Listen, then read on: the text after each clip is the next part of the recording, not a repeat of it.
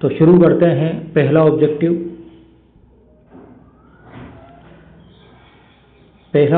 है, पहला प्रश्न है, भारत में पारिवारिक नियोजन कार्यक्रम की शुरुआत कब हुई थी?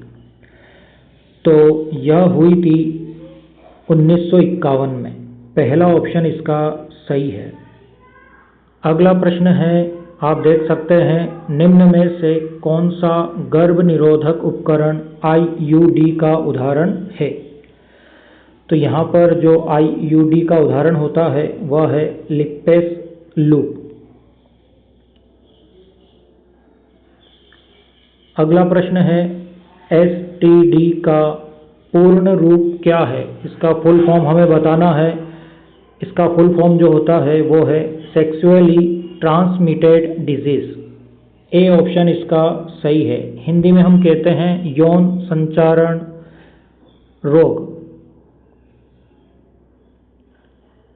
अगला प्रश्न है,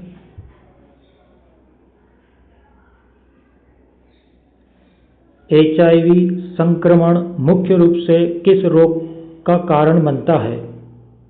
तो वह एड्स रोग का कारण बनता है। अगला प्रश्न है, निम्न में से कौन सा यौन संचारित रोग जीवाणु द्वारा होता है? तो जीवाणु द्वारा जो होने वाला रोग है उसका नाम है गोनोरिया।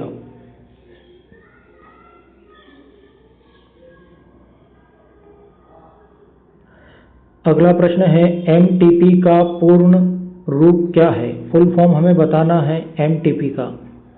तो एमटीपी का फुल फॉर्म होता है मेडिकल टर्मिनेशन ऑफ प्रेगनेंसी।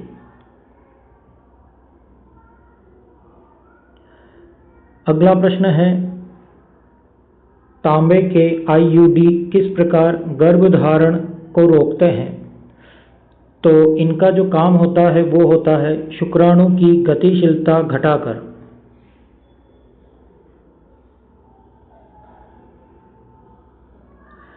अगला प्रश्न है, नीचे में से कौन सा अस्थायी गर्भ निरोधक है?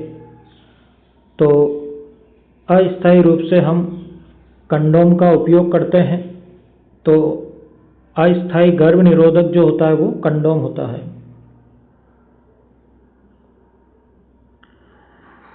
अगला है, कौन सी शल्य क्रिया महिला में स्थायी गर्भ निरोधक के लिए की जाती है? तो इसका सही ऑप्शन होगा ट्यूबेक्टोमी।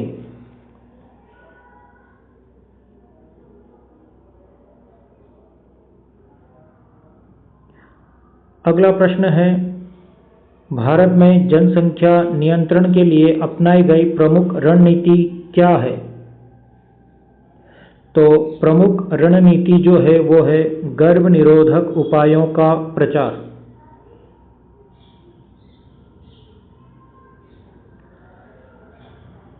अगला प्रश्न है, जनसंख्या स्थायीकरण का मुख्य उद्देश्य क्या है?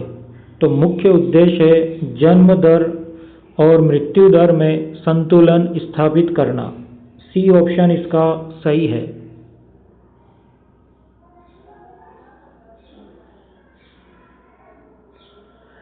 अगला प्रश्न है, भारत में परिवार नियोजन कार्यक्रम का नया नाम क्या है? तो इसका नाम है परिवार कल्याण कार्यक्रम।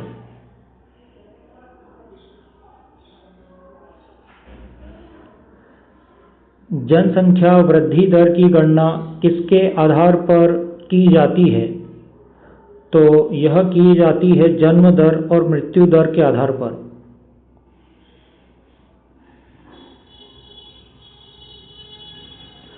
अगला प्रश्न है, जनसंख्या नियंत्रण के लिए सबसे प्रभावी स्थायी विधि कौन सी है? तो स्थायी विधि जो है वह है नसबंदी।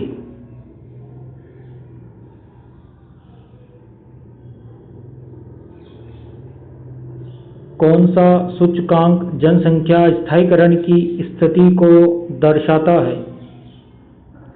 तो वह है प्रजनन दर।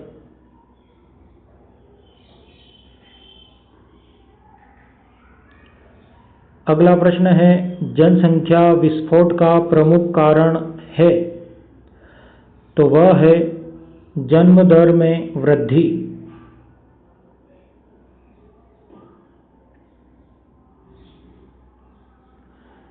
कौन सी रणनीति जनसंख्या स्थायीकरण में सहायक नहीं है? हमें बताना है कि जो जनसंख्या स्थायीकरण में सहायक नहीं है, ऐसी कौन सी रणनीति है?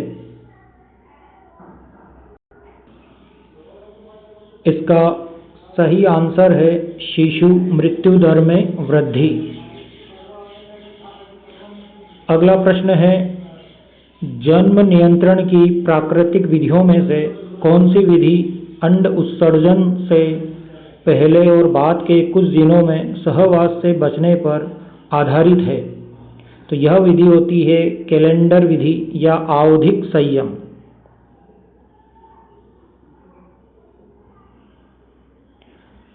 अगला प्रश्न है, प्राकृतिक गर्भ निरोधक विधियां मुख्य रूप से किस सिद्धांत पर आधारित है? तो ये आधारित होती है अंडोत्सर्जन के उपयुक्त समय से बचना। सी ऑप्शन इसका सही है। अगला प्रश्न है,